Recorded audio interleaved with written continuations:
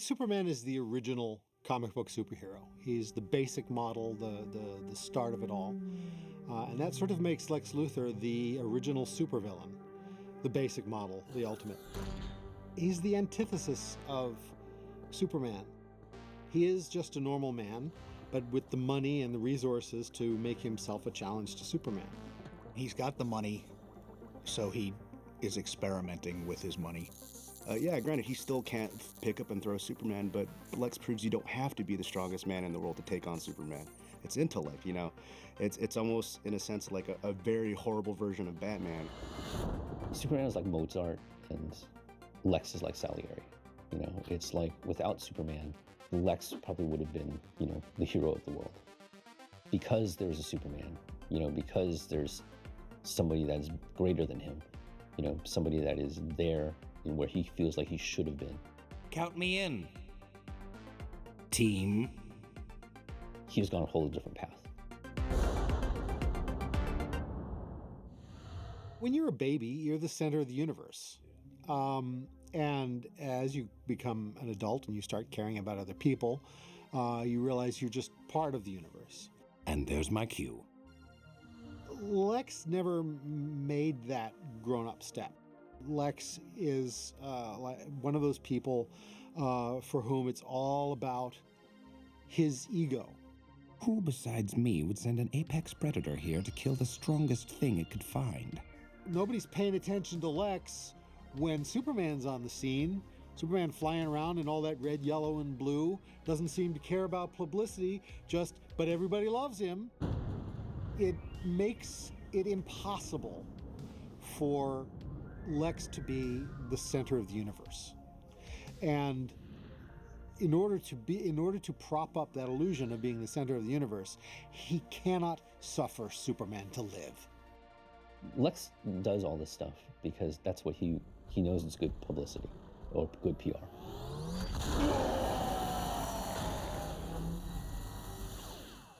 Lane, Olsen, keep the camera rolling.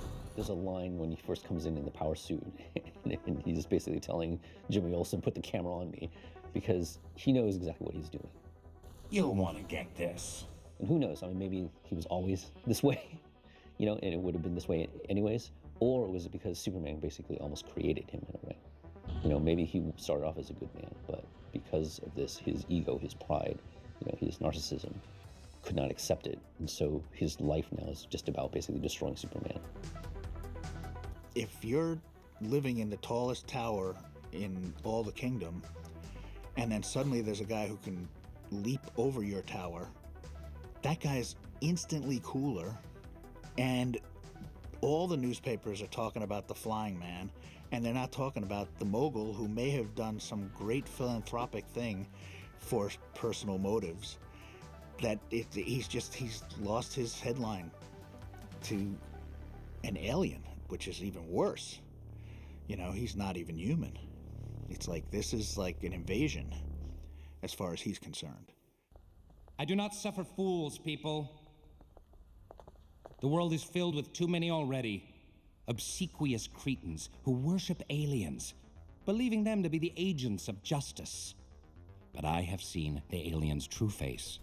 I understand his threat. He's operating from a place of fear. He's afraid of what alien could mean. He's afraid that he's going to lose his position, and he lashes out and does himself in. The Blue Boy Scout could have some competition. Because Superman, he is so perfect, he hates him even more. You know, he has no flaws, basically, you know. You'd have to dig deep in, and I think that maybe he does admire him. But I think that quality is what also sort of makes Luthor seem even worse. And so I think he hates that about him because he is so perfect. I think everybody can relate to his frustration to a certain extent. You know, there's a guy that always beats you. I think in every incarnation, again, Lex is, you know, probably one of the top 5 smartest people in the world, you know. But he's so petty, you know. No! I'm supposed to win!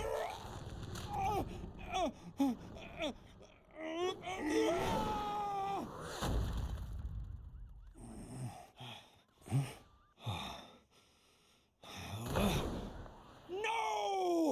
but I think it's likable because I think everybody can relate to that to some extent. Lex is a quintessential supervillain, but I can understand people who might look at him as an anti-hero. I mean, with any good villain, there's always a risk of making them so sympathetic that you kind of like them. He's a jealous guy. He's a petty guy. And I think that the reason people like Lex Luthor is that we are all petty and jealous at one time or another. Lex's problem is really a matter of ego. Everything in Lex's world is about Lex. He's got all the money in the world, but he still has to put his name on everything, LexCorp and everything else like this. And even if he shows mercy, he does it for the same reason that he can be merciless, because he just does it to make himself feel superior. Don't add me to your friends list yet. This was purely a business move. Get to work. And Superman doesn't have any of that childish ego. He's the opposite of self-centered.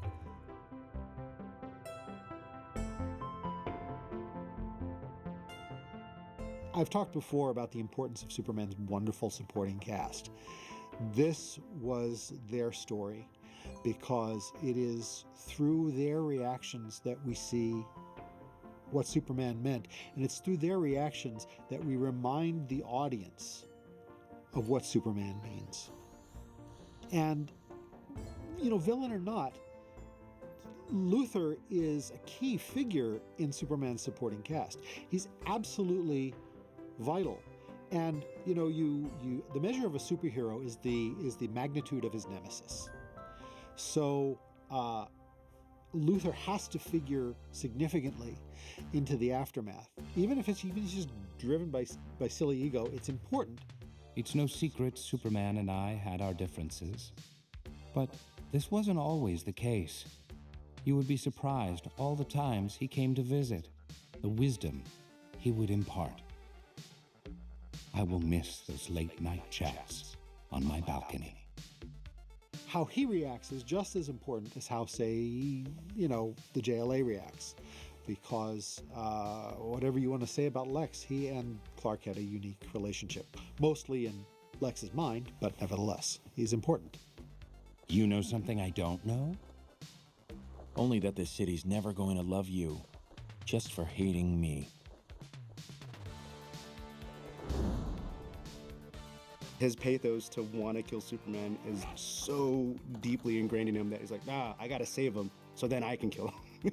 You know, I think there's just something kind of wonderfully horrible about that. I don't know where you've come from, you alien scum, but you picked the wrong city and the wrong human. He throws himself into the mix of this fight, not just to beat Superman or beat Doomsday, but to build up his own reputation.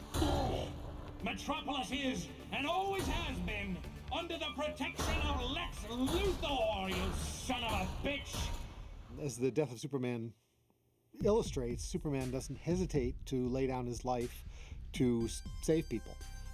But for Luthor, everything is about Luthor, how it affects him, how it affects his image, how it affects his power. Lex Luthor is a known criminal. Criminals must be eradicated. Thank you. For what? He's not up to the task of being a good guy. He can do good things, but he's not a good guy. A lot of the aftermath of the death of Superman, Funeral for a Friend and Reign of the Superman, is Lex recovering from the ultimate blast to his ego, which is, you're not even at the center of the death of Superman. It's an enormous frustration for him, and he does some incredibly ambitious and dastardly things to rewrite that narrative. Lex is an interesting character because I think depending on who writes him, he has slightly different motivations, you know. But I think in this case, you know, he's gotten basically what he wished for. You know, as a businessman, I think he is basically moving forward with his plan of like, without him now, I can sort of build something to replace him, and I control it. That's his bid in, you know, this whole movie. You've seen him in the news. but you didn't know who was bankrolling him until now. Ladies and gents, I give you LexCorp's new Superman. After the reign of the Superman, we always said that Superboy was a clone of Superman and a human. And at one point we said it was a different guy, but eventually, as years go by, you find out that it was really Lex, who was the co-father of Superboy. All of Superman's strength, plus all the Luthor intellect. For us in this movie, it was important to include him in the story because of that. It helped Superboy exist and give Superboy a conflict that we didn't even think of when we created the clone of Superman idea. Metropolis will be protected. He's created an empire, and that's essentially what it is. You know, he's got an empire in the business model, but he's also got an empire as far as weapons, you know, and mechanics and technology. And it's like, is that his crutch? You know, can he still be Lex Luthor without all of that stuff? But what if the Caped Wonder can't bring him down? Metropolis will still need to be protected. Does he control the technology, or does the technology control him? When he's on scene in that mech suit, he's demanding that time on screen. But it's like, if you stop to think about, like, so you had that already, like, in your that probably wasn't for Doomsday. You know, that was more or less probably for Superman, you know, to begin with. Luckily, it's a day I've been planning for a long time.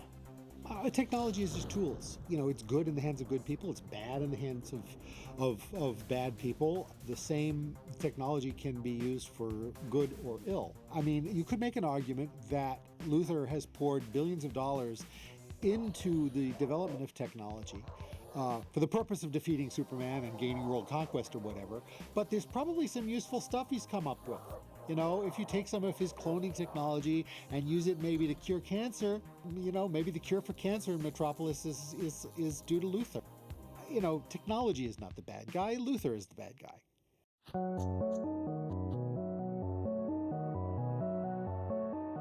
It's sort of that, like, duality, that yin and yang sort of thing with Lex and Supes. Either or both exist because the other one is around. You know, it's the same thing like with Batman and Joker. Joker exists because Batman's around. Batman exists because Joker's around. You know, you kind of have to have that. They both kind of need to be there. And if the other one wasn't there, there would really be no need for, you know, the latter. So it's this beautiful, chaotic thing, but there's some harmony to it at the same time. What's great about, you know, the stuff that we do is that it can, yes, we have the story, that we have the script, and we have all that stuff that we put on screen, but at the end of the day, it's up to the viewer's interpretation, what they want to pull from it, you know, and whether that be in politics or whether that, you know, the art imitating life, it's really up to the viewer what type of world issues they want to, you know, relate to. There is a comic storyline in which Luthor becomes president. So he convinces a lot of people inside the comics and in the readership that maybe he's a good guy, but he's not a good guy. Every single move he makes is about self-aggrandizement. And I bet if we had Twitter back then, we would have been having him tweet stupid things every morning. It's all about not just gain and how his powers can be used to feather his own nest and increase his own power. It's for the fun of using power itself. It's for the fun of having power over others. He's about the abuse of power, the overexertion of power. And that's the fundamental difference between them, is how you use your power and what the underlying motivation for the use of your power is. Superman will use the minimum amount of power needed to get the job done. You know, he's not going to stop a burglar or a mugger with his full strength. He's going to do just what's necessary to do the job.